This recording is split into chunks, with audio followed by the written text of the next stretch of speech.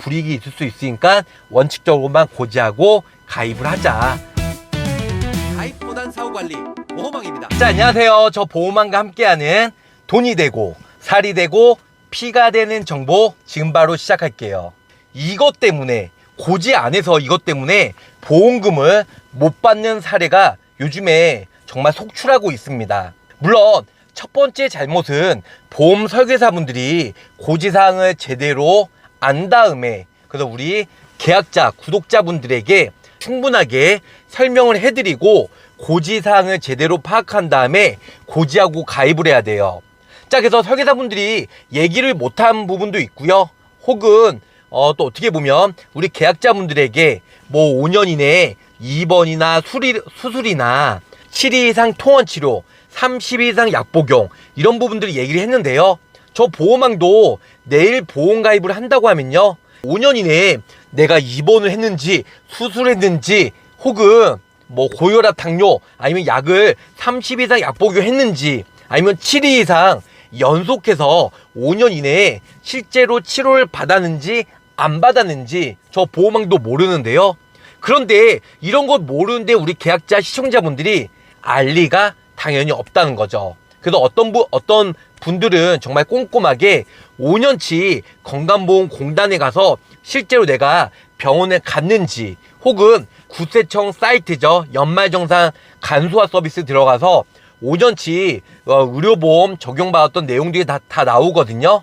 그런 부분들을 토대로 기억을 되살려서 고지하고 가입한 사람도 있습니다. 물론 예전보다 요즘에는 고지사항이 좀 더 까다로워졌고, 또한 조사도 나가게 되면 고지사항으로 불이익, 뭐 강제 해지나 보험금 청구했을 때 못 받는 경우가 요즘 정말 많이 생기고 있는데요.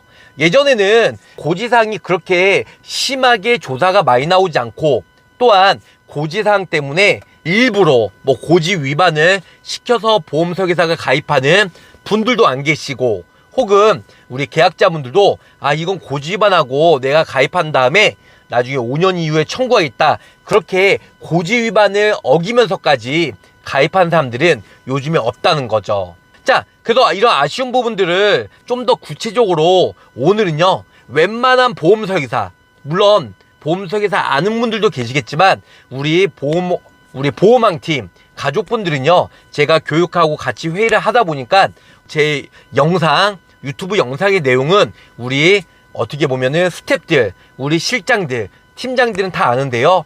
일반 설계사분들은 이런 땡땡 고지사항 때문에 고지를 제대로 안 해서 우리 계약자분이 강제 해지나 보험금을 못 받는 경우가 요즘 많이 발생이 되다 보니까, 영상은 우리 설계사분이나 계약을 기존에 하셨던 분들 아니면 앞으로 하실 분이라면 제 영상을 보시고 많은 도움 되시고 앞으로는 꼼꼼하게 체크해서 가입하시길 바라겠습니다. 보험을 가입하다 보면 고지사항은 정말 많죠. 건강한 사람들이 가입하는 뭐 10년 고지형 5텐텐이 있고요. 혹은 5년만 고지하고 가입하는 뭐 입원이나 수술이나 7일 이상 통원치료, 30일 이상 약복용 고지하고 가입하는 315가 있어요. 그거 말고도 병력이 많은 사람이거나 뭐 유병자 혹은 지속적으로 고혈압, 당뇨 등 여러 가지 약을 복용하신 분들, 아니면 입원 수술을 많이 하신 분들은 유병자 간편보험 1년 이내에 입원 수술을 고지하고 가입이 가능한 315나 혹은 2년 이내에 뭐 3년 이내에 4년 이내에 5년 이내에 고지하고 가입되는 그런 유병자 보험으로 가입을 하실 텐데요. 기본적으로 앞에 뭐죠? 3개월 이내, 표준체는 3개월 이내 병원 간 적은 전부 다 고지사항에 포함이 되고요. 많은 분들이 아시는 대로 3개월 이내에 무조건 고지사항에 포함이 안 되고, 꾸준하게 내가 약복용이나 통원 치료한 거는 내가 3개월 이내에 갔다 할지라도 연속해서 같은 질병으로 보기 때문에 고지사항에 포함이 안 됩니다. 간단한 예로는 3개월 이내에 유병자 간편보험 같은 경우는요, 입원을 해야 된다는 소견을 받았냐, 아니면은 수술을 당신은 해야 돼 라는 소견을 받았냐, 아니면은 재검사를 받아야 된다, 아니면은 당신은 어떠한 질병으로 확정 진단받았다, 이런 부분들은 3개월 이내에 고지사항에 포함이 됩니다. 하지만 내가 꾸준하게 통원 치료 받았던 부분은 고지사항에 포함이 안 된다고 설명을 드렸잖아요. 예를 들어서 내가 뭐 2, 3년 전에 고혈압이나 당뇨나 고지혈증이나 꾸준하게 3개월에 한 번씩 약 처방을 받아요. 내가 보험을 가입하려고 하는데 최근 3개월 이내에 똑같은 고혈압 약이나 당뇨, 고지혈 여러 가지 약을 복용을 처방을 받았다고 하면 고지사항에는 포함이 안 됩니다. 꾸준하게 그 약이 동일하게 처방을 받았다고 가정하에. 하지만 그 전 시간에도 제가 영상에 올려드렸다시피 고혈압이나 당뇨나 고지혈 꾸준히 약을 복용하면 고지사항에 포함이 안 된다고 했는데 약이 이름이 바뀌었어요. 혹은 수량으로 할까? 수량이나 그 용량이 많아지거나 적어지거나 적어진 건 솔직히 큰 상관은 없는데요. 많아지거나 그 약 이름이 뭐 제약회사가 틀리거나 약국이 변경이 되던가 아니면은 그 병원이 딴 데로 옮겼다 할지라도 약 이름이 변경이 될 거예요. 제약회사 그 약 이름이 변경이 되던가 혹은 약이 따로 추가가 되었어요. 그랬을 경우에는 고지사항에 포함이 된다는 겁니다. 너무 어렵게 생각하실 필요 없어요. 간단히 말씀드리면 내가 2, 3년 전에 꾸준히 3개월마다 정기검진 받고 약 이름을 똑같이 처방받았다 하면 고지사항에 포함이 안 되지만 내가 3개월 이내에 약 처방을 똑같이 몇 년 전과 동일하게 약 처방 받았는데 용량이나 수량이 변경되던가 약 이름이 바뀌어졌던가 아니면은 기존에 한 알만 먹었는데 A라는 약을 먹었는데 이번에 B라는 약을 또 처방을 받았다. 이런 부분들은 3개월 이내에 고지사항에 포함이 된다는 겁니다. 정말 아주 야근 보상가 직원, 손해사용사 이런 조사한 사람들은 3개월 이내에 병원에 가서 치료받았던 약 이름이나 통원 치료받은 거 기타 여러 가지 이런 부분들로 딴지를 걸고 보험금을 안 주거나 강제 해지, 당신은 고지 위반이야 이러고 핑계 삼아서 보상을 안 주는 사례가 많이 있기 때문에 3개월 이내는 무조건 제대로 고지를 하셔야 되고 기존에 용량이나 수량 아니면 약 이름이 틀리는지 똑같은지 추가가 되었는지 아니면은 기존의 약보다 더 많이 빠졌는지 그런 부분들은 처방전이나 아니면 기존에 갔던 동네 병원 꾸준하게 가셨을 거 아니에요. 그러니까 거기 가시면 진료 차트나 혹은 초진 기록지 처방전을 보시면 3개월마다 처방을 받았기 때문에 그 약 이름을 비교해서 똑같다고 하면 고지사항은 패스. 근데 만약에 추가가 되었거나 여러 가지 약 이름이 변경이 되었다. 그랬을 경우에는 고지를 하셔야 된다. 고지를 안 하면 나중에 정말 불이익을 받을 수가 있다. 이렇게 첫 번째 3개월 이내에 매우 중요합니다. 자, 두 번째로는 5년 이내에 유병자 보험이든 표준형 보험이든 5년 이내에 입원 수술은 고지사항에 포함이 되는데요. 어떤 사람들은 아유 내가 더 많이 알린다고 불이익이 있겠어? 이러면서 5년 이내 고지사항만 얘기하면 되는데 뭐 7년 전에 8년 전에 10년 전에 이런 부분들을 쓸데없는 부분에 쓸데없는 고지사항을 안 해도 되는데 고지에서 보험가입 시 거절이나 아니면은 불이익 아니면 페널티를 받는 경우가 매우 많이 있다는 거죠. 자, 우리는 원칙적으로 5년만 하면 돼요. 7년 전에 8년 전에 이거는 고지사항에 포함이 안 되는데요. 내가 찝찝해서 7년 전에 고지사항을 했어요. 우리 심사자죠. 언더라이터가 당신은 5년 이내 고지사항이니까 7년 이내 입원 수술한 거 이거는 많이 했다 할지라도 내가 넘어갈게 이렇게 하는 경우가 거의 없다는 거죠. 보험회사는 이미 그 내용을 알면요 강제 해지나 아니면은 거절 아니면 여러 가지 페널티를 줘요. 그래서 페널티를 안 받으려면 내가 고지사항을 속이라는 게 아니고요 정확하게 5년 이내에 고지사항만 제대로 준수를 하셔라 이렇게 설명을 드릴 수가 있겠습니다. 그래서 너무 오버해서 고지하는 것도 우리 보험회사 측에서 알게 되면 7년 전에 입원했기 때문에 이거는 5년 이내에 고지사항에 포함이 안 되니까 인수해 줄게 그게 아니에요. 보험회사는 고지사항에 포함이 안 된다 할지라도 그 내용을 이미 안다고 하면 보험회사는 청약 시 보험 가입 시 거절할 수 있는 여러 가지 사유를 핑계를 삼을 것입니다. 또 반대로 내가 5년 이내 고지사항인데 약 30 이상 약 복용한 거 아니면 7일 이상 통원 치료한 거 아니면 입원이나 수술 이런 부분들을 고지사항을 빼먹고 가입한 사람들이 있어요. 이랬을 경우 보험회사가 4년 9개월, 4년 10개월 됐기 때문에 뭐 깜빡할 수도 있지. 이런 거 보험금 줄게, 넘어갈게. 그렇게 호락호락하지 않는다는 거죠. 이 부분들을 정확히 알려면 좀 전에 설명드린 대로 연말정산 간소화 서비스 우리 인터넷에 들어가서 우리 5년치 국세청 사이트 보면요, 거기에 정확하게 의료비 공제 내용에 5년치 급여 부분이 나와 있기 때문에 의료보험 적용받았던 그런 내용들을 본 다음에 기억을 상기시켜서 고지하시던가 아니면 건강보험공단에 내방을 해서 5년치 의료보험 적용받았던 그런 병원과 약국을 기억을 되담아서 고지를 하셔야 된다. 그런 부분들, 미세한 부분 때문에 나중에 강제 해지나 보험금을 못 받는 경우가 속출이 되고 있다는 겁니다. 자, 또 하나예요. 직업 의무도 솔직히 생명보험은 통지의 의무죠. 보험을 가입하고 직업을 솔직히 변경을 얘기 안 해도 돼요. 생명사 보험은요. 하지만 손해보험은 내가 예를 들어서 학생이거나 사무직에서 일했다가 나중에 보험을 유지하고 나서 보험가입 시 학생이나 사무직으로 고지했는데요. 나중에 직업이 변경됐어요. 뭐 건축 현장이나 위험급수로. 그럴 때는 고지를 해서 보험료가 올라가고 통지의 의무를 손해보험사는 얘기를 하셔야 돼요. 그런 내용도 얘기 안 하면 괜히 직업을 나중에 제대로 고지 안 했다, 배설을 안 했다, 그래서 뭐 여러 가지 감액이나 부지금이나 이런 여러 가지 페널티를 줄 수가 있기 때문에 이런 부분들도 정확하게 알고 계시고, 그래서 고지는 제대로 하셔야 된다. 너무 오버하지 말고 너무 그렇다고 빠짐없이 빠뜨리지 말고요. 적당한 선에서 우리 5년 이내에 내용들만 고지를 해야 될 것 같습니다. 유병자 보험에도 예외 질환이라는 게 있어요. 내가 예를 들어서 보험을 가입할 때 335와 355가 있어요.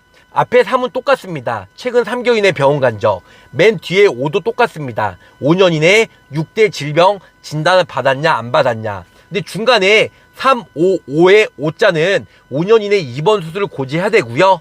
335는 3년 이내 입원 수술을 고지하고 가입을 해야 돼요. 335는 3년 이내에 짧게 고지사항만 포함이 되기 때문에 5년 이내에 고지하고 가입하는 355보다는 보험료가 좀 더 비싸요. 그런데 어떤 분들은 355 보험으로 거기 안에도 몇천 가지 예외 질환이라는 게 있어요. 아무리 당신이 5년 이내에 입원 수술을 했다 할지라도 이러한 질병으로 입원이나 수술한 거는 봐줄게, 인수해줄게, 그런 경우가 많이 있는데요. 그랬을 경우에는 저렴하게 355 보험으로 저렴하게 가입하시면 돼요. 근데 어떤 설계사분들은 그 내용은 잘 모르니까 예외 질환이 있는 그런 질병이나 상해를 모르다 보니까 355 보험으로 저렴하게 가입하는 게 아니고요. 이 사람은 4년 전에 입원 수술했기 때문에 355 보험은 거절이 되겠구나. 그래서 비싼 335 보험으로 가입하는 경우가 많이 있다는 겁니다. 그래서 이런 부분들은 예외 질환은 정확하게 숙지하고 인지하신 후에 매우 저렴한 유병자 간편보험으로 가입하신 것을 추천해드리고 있어요. 그리고 보험 조사를 나가면 우리 보험 서브웨이저, 외주업체 이런 분들이 나오면은 여러 가지 면접이나 상담을 먼저 하고요. 그 다음에 거기에 기록을 한 다음에 조사가 나가는 경우가 많이 있는데요. 조사가 나갔을 때 쫄지 말고 그분들에게 전부 다 오픈해 주시면 안 돼요. 그분들은 우리는 여기 A라는 회사 직원이 아니에요. 고객님에게 보험금을 최대한 받아줄 테니까 저한테 솔직하게 얘기해 주세요. 하지만 제가 도움을 드릴 수 있어요. 이렇게 얘기하는데 그 사람들은 나중에 연말에 보험금 부지급이거나 강제 해지, 보상이 안 돼야 나중에 연말에 인센티브를 보험회사로부터 받으실 수가 있어요. 그렇기 때문에 고객한테는 정말 알랑방구 끼면서 나는 당신 편이야, 나한테 모든 거 알려줘, 그래야지만 내가 최대한 불이익 없게끔 도움을 줄게, 그렇게 얘기하면서 우리 보험회사 측에는 이 사람이 여러 가지 고지사항이 있고 조사해 보니까 고지 위반했네요, 이렇게 얘기를 한다는 거죠. 그럼 나중에 고객한테는 고객님 어떻게 해요, 제가 최대한 노력해 드리려고 했는데 안 되네요, 보상가 직원이 이거는 안 된대요, 이렇게 쇼를 한다는 거죠. 그런 손해상사들은. 그렇기 때문에 절대 이런 뱀의 혓바닥 같은 그런 거에 넘어가지 마시고요. 무조건 어느 정도 선을 지키면서 전부 다 오픈해 주지 말고 오픈을 안 하셔야 됩니다. 그 사람들 절대 우리 편이 아닌 보상가 직원 편이다. 이런 부분들도 우리 계약자분들이 놓치는 경우가 많이 있어요. 그리고 고지할 때 빠뜨린 경우가 은근히 많아요. 그래서 이런 빠뜨린 경우가 많기 때문에 절대 이런 부분들로 고지사항을 제대로 지켜서 가입을 하시고요. 절대 이런 부분 고지를 제대로 안 하면은 나중에 보상을 못 받기 때문에 고지사항을 제대로 준수해서 가입을 하셔라. 이렇게 설명을 드릴 수가 있겠습니다. 자, 요즘 젊은 사람들, 젊은 여성들 좀 다이어트 약 처방받은데요. 내가 미용 목적으로 의료보험 적용 안 받고 그냥 홈쇼핑이나 일반 건강식품 판매하는 그런 데서 다이어트 식품 내가 개인적으로 돈을 샀으면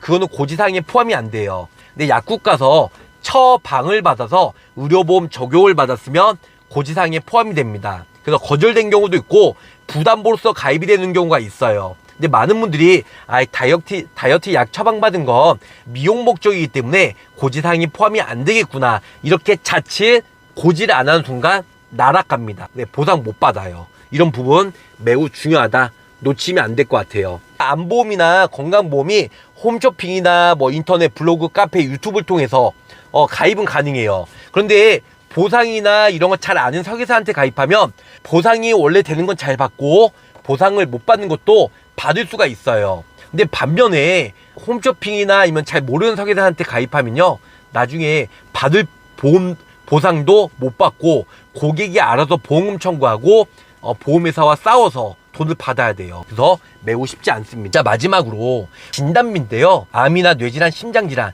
진단비는 솔직히 표준체는 큰 문제가 없는데요. 간편 유병자보험 가입할 때 진단 확정 문구 없는 회사로 가입을 하라고 했어요. 이것 때문에 괜히 보상을 못 받던가 강제 해지, 부지급 받는 경우가 많이 있어요.